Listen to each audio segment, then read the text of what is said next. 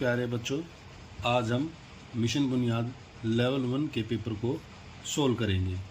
पहला क्वेश्चन है कि एक व्यापारी के पास एक प्रकार का 120 लीटर, दूसरे प्रकार का 180 लीटर और तीसरे प्रकार का 240 लीटर तेल है। वह तीनों प्रकार के तेल को बराबर क्षमता वाले डिब्बों में भरकर बेचना चाहता है। तो ऐसे डिब्बे की अधिकतम क्षमता क्या होनी चाहिए? जब हम अधिकतम की बात करते हैं तो हमें यहाँ HCF निकाल लेंगे, हाईएस्ट कॉमन फैक्टर, जिसे हम हिंदी में महत्तम समावर्तक भी कहते हैं। इसको निकालने के लिए देखें 120, अगर हम 120 के अभाज्य गुणनखंड करें तो ये बनते हैं 2 गुणा 2 गुणा 2 गुणा 3 गुणा 5। इसी प्रकार 120 के तो निकल गए हैं, अब 180 और 240 के निकालते हैं। 180 के जब निकालें तो 2 गुणा 2 गुणा 3 गुणा 3 गुणा 5। इसी तरह 240 के निकालें तो 2 गुणा 2 गुणा 2 गुणा 2 गुणा 3 गुणा 5। और बेटा हम तीनों में से हमने HCF निकालना है। हाईएस्ट कॉमन फैक्टर लेते हैं, 2 इसमें भी है, इसमें भी है, इसमें भी है, तो 2 आ गया।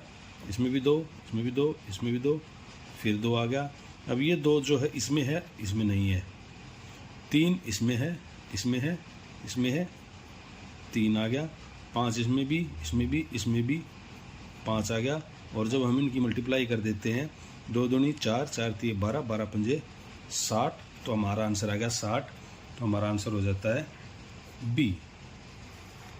इसी तरह दूसरे क्वेश्चन को देखते हैं कि एक स्कूल की लाइब्रेरी में अंग्रेजी की कक्षा की 780 और विज्ञान की 364 पुस्तकें हैं। स्कूल की लाइब्रेरियन जो है हिमानी जी, वो इन पुस्तकों को इस अलमारी में इस प्रकार से रखना चाहती हैं कि प्रत्येक शेल्फ में प्रत्येक विषय की पुस्तकों की समान संख्या हो, और प्रत्येक शेल्फ में पुस्तकों की न्यूनतम संख्या कितनी होगी।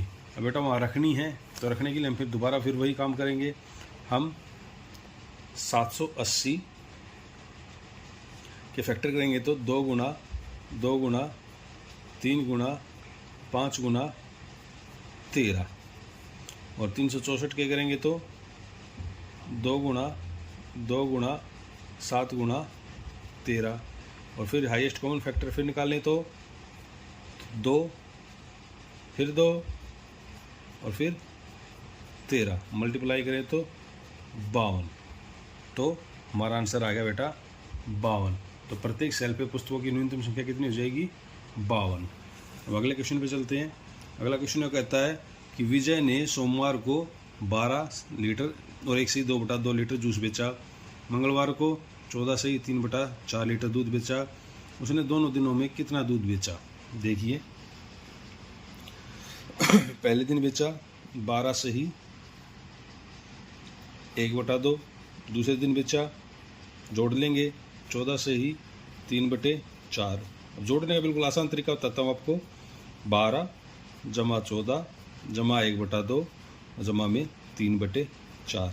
12 और 14 हो गया बेटा 26, जमा में इनका एलसीएम आ गया 4, 2 से 4 2 दूनी 4, 2 एकम 2 जमा 3, तो 26 जमा 5/4। क्या बनता बेटा? ये 26, और इसको हम मिश्रित भिन्न में लिखे तो 1 से ही 1/4। इसको मैं लिख सकता हूँ 26 जमा 1 जमा 1/4, 26 और 1 27 सही 1/4। तो हमारा आंसर देखिए यहाँ 27 से 1/4, ये हमारा आंसर आ गया। अब अगले क्वेश्चन पर चलते हैं। एक तार के कई छोटे छोटे टुकड़े में काटा गया और प्रत्येक टुकड़े की 2 सेंटीमीटर भुजा वाले वर्ग में मोड़ दिया गया। छोटे वर्ग बना दिए, तो छोटे वर्गों का क्षेत्रफल भी उसने दे दिया 28 वर्ग सेंटीमीटर है। तो जो छोटा वर्ग था, एक कुल स्मॉल जो वर्ग था, स्क्वायर जो था, उसकी साइड कितनी बेटा? उसकी साइड दी है 2, तो उसका एरिया कितना होगा? Side into side 2 into 2 4 centimetre square.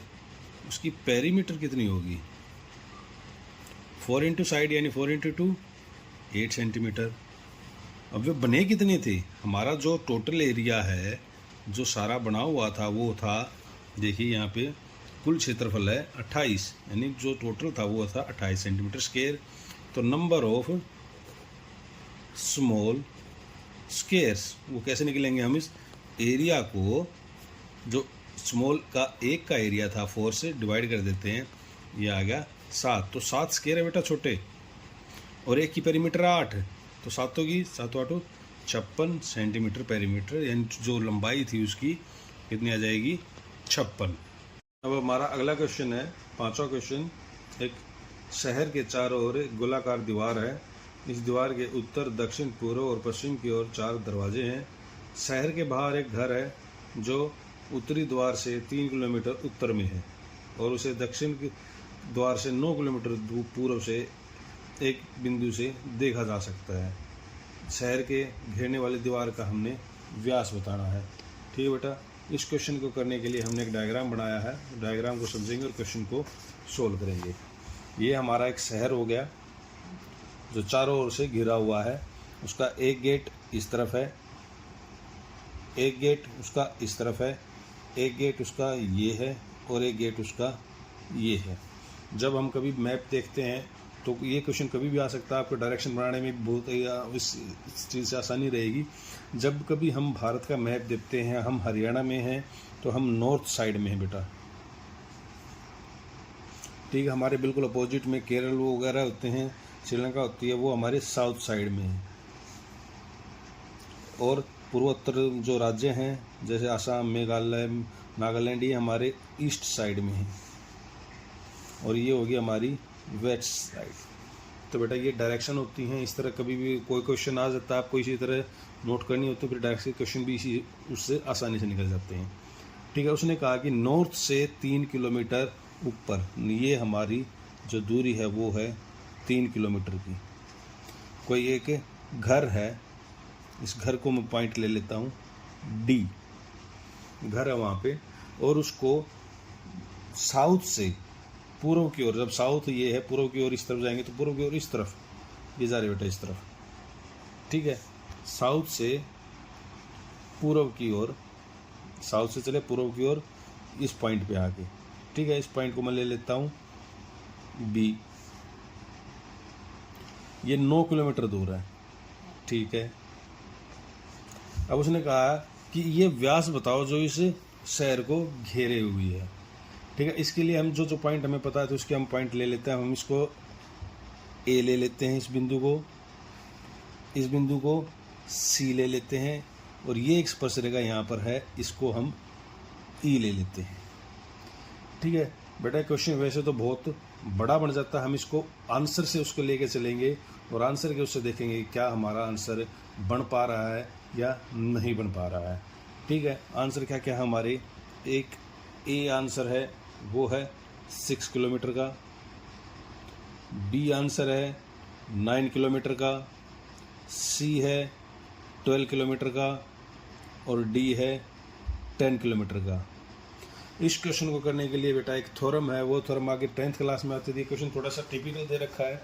वो थ्योरम क्या कहती है कि ये जो डी ए और डी बी ये एक लंब है और ये छेदक रेखा अंदर आ रही है, तो